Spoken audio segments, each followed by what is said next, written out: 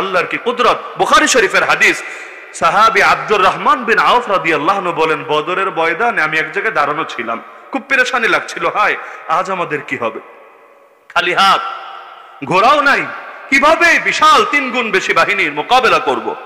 তিনি বলেন, এগুলো ভাবছিলাম, হঠাৎ দেখে দুই পাশে দুই পিচ্ছি। একজন আমারে বলে, চাচা, ও চাচা, আবু জাহাল কে, একটু দেখিয়ে দেন না। পাশের জন বলে, না চাচা, আমাকে দেখান, আবু জাহাল কে। তিনি বলেন, আমি অবাক হয়ে গেলাম, এই বাচ্চা পোলাপন আবু জাহালকে দেখে কি করবে? আবু জাহাল কি খেলনা নাকি, খেলার জিনিস নাকি যে বাচ্চারা তারে চিনবে? তিনি বলেন, আচ্ছা ভাতিজা, আবু জাহালকে চিনে কি করবা বলো, সে তো আজকে যুদ্ধের সেনাপতি, কুরাইশের সর্দার, তাকে দিয়ে তোমাদের কাজটা কি? কি বললো দুইজন বালক, যেই কথা এই যুগের অনেক বুড়া বলতে পারে না, ওই কথা বললো এই ছোট ছোট দুইজন বালক, যাদের একজনের নাম মুআদ আর একজনের নাম মুআওয়াজ। বলল, চাচা, শুনেছি শুনেছি আল্লাহর নবীকে গালি দেয়, আল্লাহর নামে কসম করেছি, একবার যদি ওর দেখা পাই হয়তো ওরে জাহান্নামে পৌঁছাবো, না হলে নিজেরা শাহাদাতের অমীয় সুধা পান করে জান্নাতের সফরে শরীক হব। ছোট দুই বাচ্চা বোঝে কি? অত ফিক ফতোয়ার মাইর পেয়েছ, অত কিছু বোঝে না, খালি এটা বোঝে যারা নবীকে গালি দেয় তারা পৃথিবীতে বেঁচে থাকার অধিকার রাখে না। আব্দুর রহমান বিন আউফ বলেন, যখন রিকোয়েস্ট করলো এভাবে আল্লাহর নামে কসম খেয়ে, আরে স্পষ্ট জানিয়ে দিল, মাকে বলে এসেছি, মা, আবু জাহালের খোঁজে যাচ্ছি, একবার যদি ওর দেখা পাই হয়তো ওরে জাহান্নামে পৌঁছে দিয়ে আসবো, না হলে লাশ হয়ে তোমার কাছে ফেরত আসবো, চিরবিদায় নিয়ে বের হচ্ছি। মা এটা শুনে তিনি বলেন, আমি আর আবেগকে কন্ট্রোল করতে পারলাম না, আমি নিজের অজান্তে ইশারা দিলাম, ভাতিজা, ওই যে মানুষের মধ্যে, প্রহরীদের মধ্যে বেষ্টিত দেখতে পাচ্ছ, ঘোড়ার উপর সওয়ার, এই লোকটার নামে আবু জাহাল, সেই আজকের যুদ্ধের সেনাপতি। তিনি বলেন, ইশারা দিয়ে দেখাতে দেরি, বাজ পাখির মতো ছুটে যেতে দেরি না। দুই বাচ্চা ছুটে যাচ্ছে, কেউ সিরিয়াসও হয় নাই। এই যুগে যেমন বাচ্চারা নামলো, অনেকে ভেবেছে বড় বড় রাজনৈতিক দলরাই পারে নাই, এই পিচ্চি পোলাপান কি পারবে, এগুলো 2 দিনই শেষ হয়ে যাবে। বিশেষ করে যখন স্লোগান দিল, তুমি কে আমি কে, শুনেছেন তো স্লোগান? এরপর বললো, হায় হায়, আমি নিজে কেন শুনেছি, বহুত মানুষ বলেছে না এই কাজটা ঠিক করে নাই, এবার তো অগর 14 গোষ্ঠী উদ্ধার করে ছাড়বে, সব শেষ, এই বাচ্চাদের দিয়ে আগে কিছু হবে? ওরা তো ট্রেন্ডও না, ওরা তো সংগঠিত না, ওরা তো রাজনৈতিক অভিজ্ঞ না, কিচ্ছু না, সব শেষ।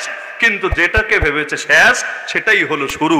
এমনকি একবার কিন্তু আন্দোলন থেমেই গেল, মাঝখানে থেমে গিয়েছিল না, একদম শেষ, মনে হচ্ছে আর্মি তো মেরে শেষ করে দিচ্ছে, আর কি হবে। আল্লাহর কি কুদরত, যেখানে গিয়ে পাবলিক ইউনিভার্সিটির দৌড় শেষ হলো, প্রাইভেট ইউনিভার্সিটি নেমে তারা এসে হাল ধরলো। আল্লাহর কি কুদরত, এক দলকে নিয়ে হাউন আঙ্কেল ছবি টবি তুললো, খাইয়ে একসঙ্গে বৈঠক করে সবাই ভাবলো এরাও মনে হয় টুনটুনি সাহেবের প্রেমে পড়ে গিয়েছে, কি হবে না হবে। এখন দেখা গেল আল্লাহ অন্যদেরকে দাঁড় করিয়ে দিল, তারা যাদেরকে কেউ চিনত না, কোন জাতীয় নেতাও না, কোনো বড় হুজুরও না, আল্লাহ তাদেরকে দিয়ে নির্দেশনা দিয়ে দিয়ে নেট বন্ধ করলেও থামে না, কোনো কিছু দিয়ে কোনো কাজ হয় না, পুরো ইতিহাসটা পরিবর্তন করে দিল। তোরাও ভাবছে বাচ্চা দুইটা আসছে, আসুক না, এসে কি বলবে? এসে হয়তো বলবে, আঙ্কেল আঙ্কেল আমার আব্বারে মাইরেন না, আমার আম্মারে তুইলা নিয়ে রেপ কইরেন না, অথবা আঙ্কেল আমাদের এলাকা তছনছ কইরেন না, কি আর বলবে বাচ্চা মানুষ। কিন্তু বড় কেউ হলেও হয়তো আবু জাহালের ধারে কাছেও পৌঁছতে পারতো না। তো ছোট দুইটা বাচ্চা কেউ সিরিয়াসই নিচ্ছে না। আল্লাহর কি কুদরত, একজন গিয়ে ঘোড়ার পায়ে কোপ মারলো, কারণ সাইজে তারা যতটুকু, আবু জাহালের নাগালও পাবে না। ওই ঘোড়া আমাদের এই ব্রাহ্মণবাড়িয়ার ঘোড়া না, মানে বাংলাদেশে ঘোড়ার যে সাইজ আর অ্যারাবিয়ান হর্সের সাইজ তো আর তা না। বাংলাদেশে ঘোড়ার পিঠে চললে বাচ্চারা অনেক সময় নাগাল পাবে, কিন্তু অ্যারাবিয়ান হর্স যারা দেখেছেন ভালো বুঝবেন, বাচ্চা কেন, অনেক বয়স্ক মানুষেরও নাগাল পাওয়া মুশকিল হবে। তা আবু জাহালকে নাগাল যদি না পায় আর যদি খালি পায়েটায় আঘাত করে, এটা তো কাঙ্ক্ষিত লক্ষ্য অর্জন হবে না। এজন্য একজন গিয়ে ঘোড়ার পা কেটে দিল, ঘোড়া সেখানেই লুটিয়ে পড়লো, আবু জাহাল উপর থেকে এক প্রান্তে ছিটকে পড়লো, আর একজন লাফ দিয়ে বুকের উপর চড়ে কাজ যা করার করে শেষ করে দিল।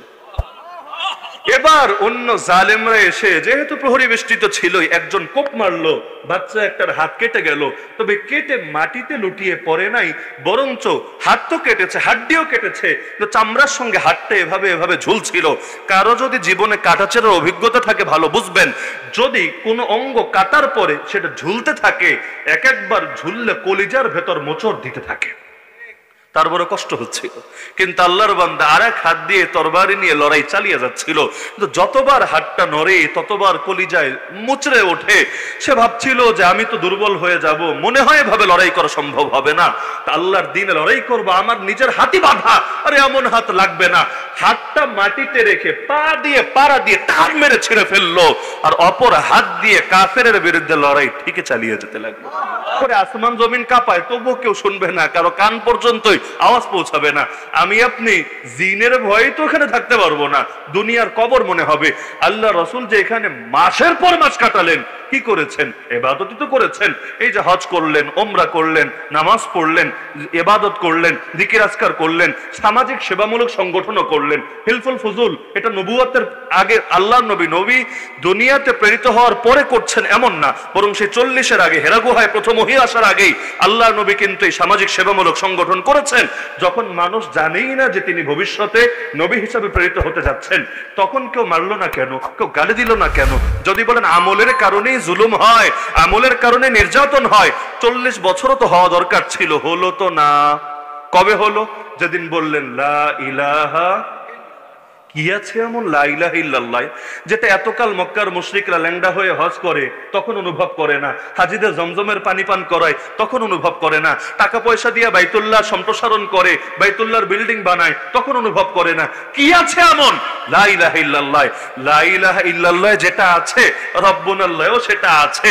যে তোমরা আল্লাহকে সীমাবদ্ধ করে ফেলেছো কিছু আল্লাহি যুলফা, আসলে এগুলোর ইবাদত করি, এরা খুশি হলে আল্লাহও খুশি, এরা আল্লাহর কাছে সুপারিশ করে আমাদেরকে আল্লাহর নিকটে পৌঁছে দেবে। আল্লাহ নবী জানিয়ে দিলেন, তোমাদের এই ধ্বজভঙ্গ ঈমান আল্লাহর কাছে 1 পয়সা দামও রাখে না। আল্লাহর জীবনে সব ক্ষেত্রে এক মানতে হবে, স্রষ্টা আল্লাহ এক, পরিচালক আল্লাহ এক। এবার পরবর্তীতে মুসলমান হয়েছেন রাদিয়াল্লাহু আনহা, কিন্তু মুসলমান হওয়ার আগে উহুদের ময়দানে আল্লাহর নবীর আপন চাচা সাইয়্যিদুশ শুহাদা আমির হামজা রাদিয়াল্লাহু আনহুকে যখন সে তার গোলাম ওয়াহশীকে দিয়ে হত্যা করালো, এরপর তার বুক চিরে কলিজাটা পর্যন্ত বের করে চিবিয়ে খেয়ে ফেললো। আজকে অনেকে ইতিহাস শুনে কেঁপে কেঁপে ওঠে যে মেজর বজলুল হুদারে জেলে ঢুকে গলা কেটে জবাই করে ফেলেছে, মহিলা মানুষ নিজে বুকে পাড়া দিয়েছে। এই দৃশ্য প্রত্যক্ষ করেছে, কিভাবে সম্ভব? আরে বুকে পাড়া দেওয়া, কাউরে জবাই হতে দেখা, এগুলো তো সহজ। এর চাইতে নিকৃষ্ট আচরণ তো নবীর জামানায় হয়েছে। বুক চিরে কলিজা বের করে চিবিয়ে খেয়েছে। ভাবতে পারেন কতটা নিকৃষ্ট হলে সেই ক্ষেত্রে আচরণ সম্ভব। যদিও পরে আল্লাহ হেদায়েত দিয়েছেন, কিন্তু এই যে ওয়াহশী যিনি পরে মুসলমান হয়েছেন, আল্লাহ নবী তাকে বলেছেন, শোনো ওয়াহশী, তোমাকে একটা কথা বলি, তুমি তোমার চেহারাটা আমার সামনে এনে আর দেখাও না। আমি তোমার তওবা কবুল করলাম, তুমি মুসলমান, ঠিক আছে, তো তোমার চেহারাটা আমার সামনে এনো না, কারণ তোমাকে দেখলে আমার চাচা হামজার কথা মনে পড়বে, আমার দিলে কষ্ট আসবে। আর নবীর দিলে যদি কোনো উম্মতির ব্যাপারে কষ্ট আসে, আর দুনিয়া আখিরাত সবই বরবাদ হয়ে যাবে। তোমার ভালোর জন্য বলছি, তোমার তওবা কবুল করা হলো, ঠিক আছে, কিন্তু তুমি দূরে দূরে থাকবা, আমার সামনে আসবা না।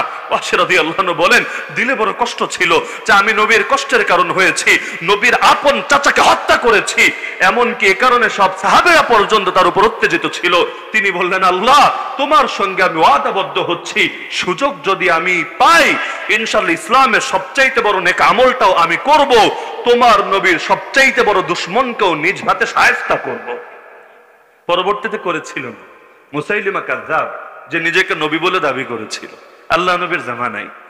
এই জামানায় যেমন কাছাকাছি সময় আছে গোলাম আহমদ কাদিয়ানী। গোলাম আহমদ কাদিয়ানীর হাতের কাছে পেলে কি করতেন আপনারা? সালাম দিতেন, তাই না? মাথায় তুলে নাচতেন, তাই না? আজকাল তো ফতোয়া দেওয়া জটিল হয়ে গিয়েছে। এই যে আল্লাহর বান্দারা 1 যুগ পর্যন্ত জেল খাটে, অপরাধ কি জানেন? অপরাধ একটা, সিরেফ একটা, যে কেউ আল্লাহর নবীর শানে গালি দিলে তার শাস্তি কি, এটা বইয়ের মধ্যে লিখে দিয়েছে।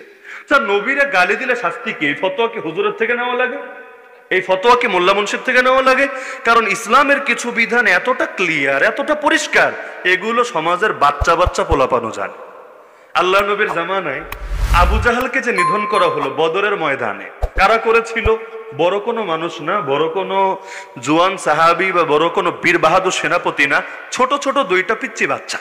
এই যুগে যেমন একটারে সাইজ করেছে পিচ্ছি পিচ্ছি বাচ্চারা, ওই যুগে আবু জাহালটা সাইজ করেছে বড় কেউ না, পিচ্ছি পিচ্ছি বাচ্চারা। আল্লাহর কুদরত ভাই বড় আজীব কুদরত, যেটা অনেক বড়রা পারে না, এটা আল্লাহ ছোট ছোট জিনিস দিয়ে করিয়ে দেয়। নমরুদ কত বড়রা সাইজ করতে পারলো না, এই নবী ইব্রাহিমকে পর্যন্ত আগুনে ছুঁড়ে ফেললো, কিন্তু এক ল্যাংরা মশাই তারে খেলে দিল। কি আজীব এক ব্যাপার। এই ফেরাউন দীর্ঘকাল পর্যন্ত, নবী মুসা জন্ম হওয়ার আগে কিন্তু ফেরাউন জালেম ও তাগুত, পরে খারাপ হয়েছে এমন না, তার আগ থেকেই জালেম। সেই নবী মুসা জন্ম হলেন, তার ঘরে 30 বছর কাটালেন, এরপর আরেক এলাকায় গিয়ে শোয়েব আলাইহিস সালামের কাছে সেখানে বিয়ে শাদী করে আরো 10 বছর কাটালেন, 40 বছর নবুয়ত পেলেন, তারপর ফেরাউনের কাছে আসলেন। এতকাল পর্যন্ত তার স্বৈরাচার, তার সীমালঙ্ঘ চলছে। আমরা তো 5 বছর গেলেই সবরহারা হয়ে যাই, ফেরাউনের জাতিকে কত দীর্ঘকাল সবর করতে হয়েছে। অবশেষে পতন হলো কিভাবে? সাগরের পানি যথেষ্ট হয়ে গেল তার জন্য। একইভাবে আবু জাহাল এত বড় শক্তি, আরে যাকে নিধন করার জন্য বড় সাহাবীরা পর্যন্ত সুযোগ খুঁজছে, যে কোনো সুযোগ পেলেই কাজে লাগাবে। আল্লাহর কি কুদরত। বুখারী শরীফের হাদিস, সাহাবী আব্দুর রহমান বিন আউফ রাদিয়াল্লাহু আনহু বলেন, বদরের ময়দানে আমি এক জায়গায় দাঁড়ানো ছিলাম, খুব পেরেশানি লাগছিল, হায় আজ আমাদের কি হবে, খালি হাত, ঘোড়াও নাই, কিভাবে বিশাল 3 গুণ বেশি বাহিনীর মোকাবেলা করব।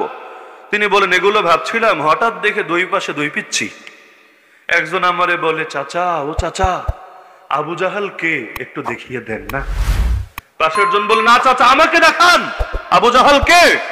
তিনি বলেন, আমি অবাক হয়ে গেলাম, এই বাচ্চা পোলাপন আবু জাহালকে দেখে কি করবে? আবু জাহালকে খেলনা নাকি, খেলার জিনিস নাকি, যে বাচ্চারা তারে চিনবে? তিনি বলেন, আচ্ছা ভাতিজা, আবু জাহালকে চিনে কি করবা বলো? সে তো আজকে যুদ্ধের সেনাপতি, কুরাইশের সর্দার, তাকে দিয়ে তোমাদের কাজটা কি? কি বললো দুইজন বালক, যেই কথা এই যুগের অনেক বুড়া বলতে পারে না, ওই কথা বললো এই ছোট ছোট দুইজন বালক, যাদের একজনের নাম মুআদ আর একজনের নাম মুআওয়াজ। বলল, চাচা শুনেছি শুনেছি আল্লাহর নবীকে গালি দেয়, আল্লাহর নামে কসম করেছি, একবার যদি ওর দেখা পাই হয়তো ওরে জাহান্নামে পৌঁছাবো, না হলে নিজেরা শাহাদাতের অমীয় সুধা পান করে জান্নাতের সফরে শরীক হবো। ছোট দুই বাচ্চা বোঝে কি? অত ফিক ফতোয়ার মাইর পেয়েছ অত কিছু বোঝে না, খালি এটা বোঝে যারা নবীকে গালি দেয় তারা পৃথিবীতে বেঁচে থাকার অধিকার রাখে না।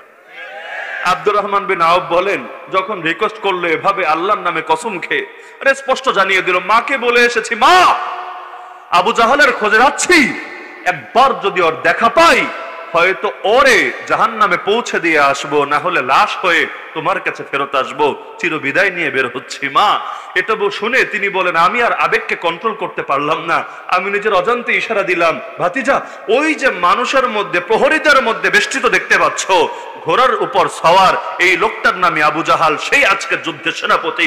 তিনি বলেন, ইশারা দিয়ে দেখাতে দেরি, বাজ পাখির মতো ছুটে যেতে দেরি না। দুই বাচ্চা ছুটে যাচ্ছে, কেউ সিরিয়াসও হয় নাই। এই যুগে যেমন বাচ্চারা নামলো, অনেকে ভেবেছে বড় বড় রাজনৈতিক দলরাই পারে নাই, এই পিচ্চি পোলাপান কি পারবে, এগুলো 2 দিনই শেষ হয়ে যাবে।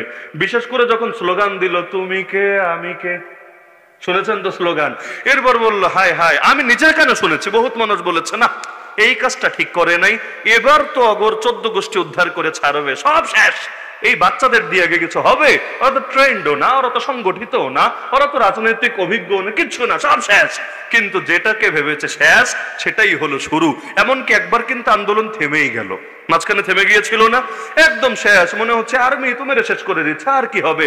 আল্লাহর কি কুদরত, যেখানে গিয়ে পাবলিক ইউনিভার্সিটির দৌড় শেষ হলো, প্রাইভেট ইউনিভার্সিটি নেমে তারা এসে হাল ধরলো। আল্লাহর কি কুদরত, এক দলকে নিয়ে হাউন আঙ্কেল ছবি টবি তুললো, খাইয়ে একসঙ্গে বৈঠক করে সবাই ভাবলো এরাও মনে হয় টুনটুনি সাহেবের প্রেমে পড়ে গিয়েছে, কি হবে না হবে। এখন দেখা গেল আল্লাহ অন্যদেরকে দাঁড় করিয়ে দিল, তারা যাদেরকে কেউ চিনতো না, কোনো জাতীয় নেতাও না, কোনো বড় হুজুরও না, আল্লাহ তাদেরকে দিয়ে নির্দেশনা দিয়ে দিয়ে নেট বন্ধ করলেও থামে না, কোনো কিছু দিয়ে কোনো কাজ হয় না, পুরো ইতিহাসটা পরিবর্তন করে দিল। তোরাও ভাবছে বাচ্চা দুইটা আসছে, আসুক না, এসে কি বলবে? এসে হয়তো বলবে, আঙ্কেল আঙ্কেল আমার আব্বারে মাইরেন না, আমার আম্মারে তুইলা নিয়ে রেপ কইরেন না, অথবা আঙ্কেল আমাদের এলাকা তছনছ কইরেন না, কি আর বলবে বাচ্চা মানুষ। কিন্তু বড় কেউ হলেও হয়তো আবু জাহালের ধারে কাছেও পৌঁছতে পারতো না। তো ছোট দুইটা বাচ্চা কেউ সিরিয়াসই নিচ্ছে না। আল্লাহর কি কুদরত, একজন গিয়ে ঘোড়ার পায়ে কোপ মারলো, কারণ সাইজে তারা যতটুকু, আবু জাহালের নাগালও পাবে না। ওই ঘোড়া আমাদের ব্রাহ্মণবাড়িয়ার ঘোড়া না, মানে বাংলাদেশে ঘোড়ার যে সাইজ আর অ্যারাবিয়ান হর্সের সাইজ তো আর তা না। বাংলাদেশে ঘোড়ার পিঠে চললে বাচ্চারা অনেক সময় নাগাল পাবে, কিন্তু অ্যারাবিয়ান হর্স যারা দেখেছেন ভালো বুঝবেন, বাচ্চা কেন অনেক বয়স্ক মানুষেরও নাগাল পাওয়া মুশকিল হবে। তা আবু জাহালকে নাগাল যদি না পায় আর যদি খালি পায়েটায় আঘাত করে, এটা তো কাঙ্ক্ষিত লক্ষ্য অর্জন হবে না। এজন্য একজন গিয়ে ঘোড়ার পা কেটে দিল, ঘোড়া সেখানেই লুটিয়ে পড়লো। আবু জাহাল উপর থেকে এক প্রান্তে ছিটকে পড়লো, আর একজন লাফ দিয়ে বুকের উপর চড়ে কাজ যা করার করে শেষ করে দিল। এবার অন্য জালেমরা এসে, যেহেতু প্রহরী বেষ্টিত ছিলই, একজন কোপ মারলো, বাচ্চা একটার হাত কেটে গেল। তবে কেটে মাটিতে লুটিয়ে পড়ে নাই, বরঞ্চ হাত তো কেটেছে, হাড্ডিও কেটেছে, তো চামড়ার সঙ্গে হাতটা এভাবে এভাবে ঝুলছিল। কারো যদি জীবনে কাটাছেড়ার অভিজ্ঞতা থাকে ভালো বুঝবেন, যদি কোনো অঙ্গ কাটার পরে সেটা ঝুলতে থাকে, এক একবার ঝুললে কলিজার ভেতর মোচড় দিতে থাকে, তার বড় কষ্ট হচ্ছিল। কিন্তু আল্লাহর বান্দা আর এক হাত দিয়ে তরবারি নিয়ে লড়াই চালিয়ে যাচ্ছিল। কিন্তু যতবার হাতটা নড়ে ততবার কলিজায় মুচড়ে ওঠে।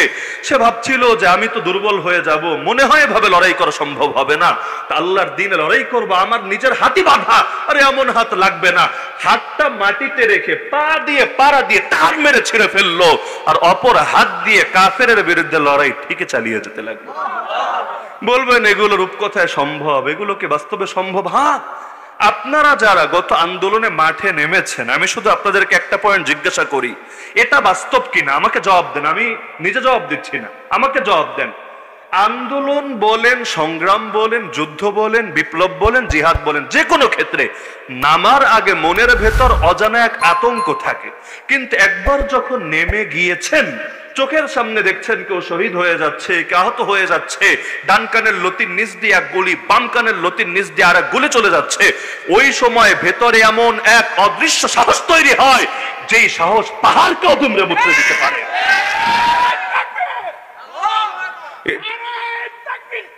এটা যারা নামে না তারা কখনো বুঝতেও পারবে না। জিনিসগুলো এমনই, নামার আগ পর্যন্ত অনেক ভয়ের ব্যাপার, কিন্তু নেমে গিয়েছেন মানে ভয়ও আপনার সঙ্গে পায়ের তলে হারিয়ে গিয়েছে। অনেক অবাক হয়, কিভাবে বুক পেতে দিল।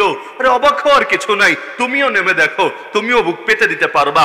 নামার আগ পর্যন্ত আতঙ্ক। যারা জেলে যায় নাই অনেক ভয় করে, অনেক কথা বলতে চায় না, হুজুর এই কথা বললে যদি জেলে নিয়ে যায়, ওই কথা বললে যদি ধরে নিয়ে যায়। যারা একবার ঘুরে এসেছে তারা বলবে জেলের ভয় আমাদেরকে দেখিয়ে কোনো লাভ নাই, কারণ যেই জিনিসের ভয় দেখাবা সেটাকে আমরা এনজয় করে এসেছি। যেই কয়েকজন আলেম বাংলাদেশে জেল খেটে এসেছে, আসার পর এটা নিয়ে কোনো ফিডব্যাক দিয়েছে বা তাদের অনুভূতি প্রকাশ করেছে, আপনারা তো যারা অনলাইনে ঘাটাঘাটি করেন জানার কথা, এমন একজন আলেমও দেখাতে পারবেন না যিনি তার জেল জীবনকে উপভোগ করেন নাই। প্রত্যেকে কিন্তু এটা বলেছেন, এই পরিমাণ ইবাদত হয়েছে আলহামদুলিল্লাহ যেটা বাইরে বসে হয় না, এই পরিমাণ তেলাওয়াত হয়েছে যেটা বাইরে বসে হয় না, এই পরিমাণ আল্লাহ সন্তুষ্টি লাভের তৌফিক হয়েছে মেহনত করে ইবাদত করে যেটা বাইরে হয় না। এমনকি ছাত্র পড়ানো, আরে বাইরে তো পড়াই, যেই ছাত্র আমার কাছে আসে আর ভেতরে গিয়ে চোর ডাকাতরেও আল্লাহওয়ালা বানানোর তৌফিক হয়েছে। এই কমন অভিজ্ঞতা তো সকলের। তো যার কারণে জেল থেকে এসে যখন আলেমরা ভালো ভালো এরকম প্রতিক্রিয়া জানাতে লাগলো, অনেকজন আমাকে বলেছে হুজুর এভাবে বললে জিনিসটা কেমন হয় না, যে আপনাদেরকে নিল জুলুম করার জন্য আর আপনারা এটাকে মজা হিসাবে প্রকাশ করছেন, তাহলে জিনিসটা কেমন হয়ে যায় না, আগামীতে আবার নেওয়ার পথ খুলে কিনা। আমি বললাম না রে ভাই, বরঞ্চ এটা ওদের প্ল্যানিং যে বুমেরাং হয়েছে এটারই আলামত। কারণ ওরা ইব্রাহিমকে ধরে আগুনে ছুঁড়ে ফেলে দিতে পারে, কিন্তু ইব্রাহিমের জীবনের সবচাইতে শান্তির দিন যে আগুনে কাটানো দিনগুলো ছিল, এটা ওরা কিভাবে বুঝবে? ইউসুফকে ধরে কূপের মধ্যে ফেলে দিতে পারে, কিন্তু ইউসুফকে যে কূপের ভেতর জান্নাতে সুখ আল্লাহ দিয়ে দিয়েছেন, আরে এই জিনিস ওরা কিভাবে অনুধাবন করবে? যার কেউ নাই তার আল্লাহ এমন শান্তি ঢেলে দেন দিলের মধ্যে, যেটা পয়সা দিয়েও কেউ পারবে না, কখনোই পারবে না খরিদ করে আনতে। তো দুনিয়াতে যত বাতিল মতবাদ আছে এর সঙ্গে ইসলামের টক্করটাই এখানে। ইসলাম আপনাকে এটা শেখায় যে রব্বুনা আল্লাহ, এই মূলনীতির উপর অটল এবং অবিচল থাকতে হবে। আমাকে বলেন, আপনারা যারা মনে করেন যে আমাদের রব একমাত্র আল্লাহ, তারা কি কোনোদিন গণতন্ত্রের উপর ঈমান আনতে পারবে? আরে আনতে পারবে? ফ্যাসিবাদ তো বাদ, ওইগুলো তো পায়ের তলে, এগুলোর তো নামে মুখে আনার যোগ্য না। কিন্তু গণতন্ত্র আসলো আর ইসলামী শান্তি, ইসলামী খেলাফত আসলো, দুটোকে এক কথা না ভিন্ন কথা? পৃথিবীতে গণতন্ত্রের ভেলায় চড়ে সেকুলারিজম, গণতন্ত্রের ভেলায় চড়ে সুদ, গণতন্ত্রের ভেলায় চড়ে পুঁজিবাদ, গণতন্ত্রের ভেলায় চড়ে পতিতালয়, গণতন্ত্রের ভেলায় চড়ে মদ, গণতন্ত্রের ভেলায় চড়ে সিগারেট। সিগারেটের গায়ে লেখা থাকে না ধূমপান স্বাস্থ্যের ক্ষতির কারণ, তাহলে বেচো কেন, নিষিদ্ধ করো না কেন? বলবো অধিকাংশ জনগণ চায়, আমাদের কি করার আছে? অনেক দেশে মদ বৈধ, আমভাবে পাইকারি ভাবে বৈধ। জিজ্ঞেস করবেন তোরা জানিস না মদ ক্ষতিকর?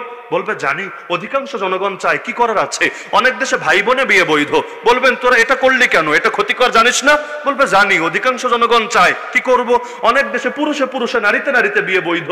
আরে তোরা জানিস না ক্ষতিকর? জানি। অধিকাংশ জনগণ চায়, কি করব? আরে অধিকাংশ জনগণই খোদা নাকি? অধিকাংশ জনগণই তো রব নাকি? যে বলে আল্লাহ আমার রব, আরে সে কখনোই অন্যায়ের পক্ষে থাকতে পারে না। বাংলাদেশে পতিতালয় খোলা আছে নাকি নাই? আরে আছে নাকি নাই? স্বৈর শাসকের যুগেও খোলা, গণতান্ত্রিক শাসকের যুগেও খোলা। অথচ যেই দেশে পতিতালয় খোলা থাকে, ওই দেশে মসজিদে যতই আল্লাহর ইবাদত করেন না কেন, রবের গজব ঠেকাবেন কিভাবে? যেই দেশে অর্থনীতির মেরুদণ্ড সুদ হয়, যেই সুদ নিজের আপন মায়ের সাথে জিনা করার চাইতে নিকৃষ্ট, যেই সুদের বিরুদ্ধে আল্লাহ যুদ্ধের ঘোষণা দিয়েছেন, যেই সুদখোরের উপর আল্লাহ এবং তার রাসূলের লানত, ওই সুদকে যেই দেশের অর্থনীতির মেরুদণ্ড বানানো হয়, যতই নামাজ রোজা করেন, ইবাদত বন্দেগী করেন, আল্লাহর বিরুদ্ধে যুদ্ধে জয়ী হবেন কিভাবে আমাকে বুঝান। ইসলাম তো চাইতেই হবে, ইসলাম ছাড়া মুক্তির কোনো পথ নাই, শান্তির কোনো পথ নাই। অথচ আপনি বলেন যে আসো আমরা ইসলামী খেলাফত চাই, অধিকাংশ মুসলমান বলবে আমরা এই দাবির সাথে নাই। বলে নাকি বলেন? এটা বলে শেষ করে দিচ্ছি, যেহেতু বৃষ্টি এসেছে ভয় পায়েন না। বলবে আমরা এই দাবির সাথে নাই। কেন নাই? বলবে হুজুর তাহলে জঙ্গি বলবে, উগ্রবাদী বলবে, মৌলবাদী বলবে। এই বার্তাটা দিয়ে আমি শেষ করতে চাই, যেই উম্মতের নবীকে গালি দেওয়া হয়েছে হকের উপর থাকার জন্য, গালি খেয়েছেন, আল্লাহর দিন ছাড়েন নাই, পাথর খেয়েছেন, আল্লাহর দিন ছাড়েন নাই, ক্ষুধার জ্বালায় পেটে পাথর বেঁধেছেন, আল্লাহর দিন ছাড়েন নাই, দেশ ত্যাগ করেছেন, আল্লাহর দিন ছাড়েন নাই, জিহাদ করেছেন, আল্লাহর দিন ছাড়েন নাই, সাথীদের শহীদের লাশ নিজের হাতে কবরে শুয়েছেন, আল্লাহর দিন ছাড়েন নাই। সেই উম্মত খালি মৌলবাদী গালির ভয়, উগ্রবাদী গালির ভয়, জঙ্গিবাদী গালির ভয়ে আল্লাহর দিন কিভাবে ছাড়তে পারে? আল্লাহর কসম, যদি আমাদেরকে জঙ্গি বলে গালি দেয়, মৌলবাদী বলে গালি দেয়, উগ্রবাদী বলে গালি দেয়, সাম্প্রদায়িক বলে গালি দেয়, আমরা সব গালি মাথা পেতে নিতে রাজি আছি, কিন্তু আল্লাহর কোরআনের কথা ছাড়তে রাজি না।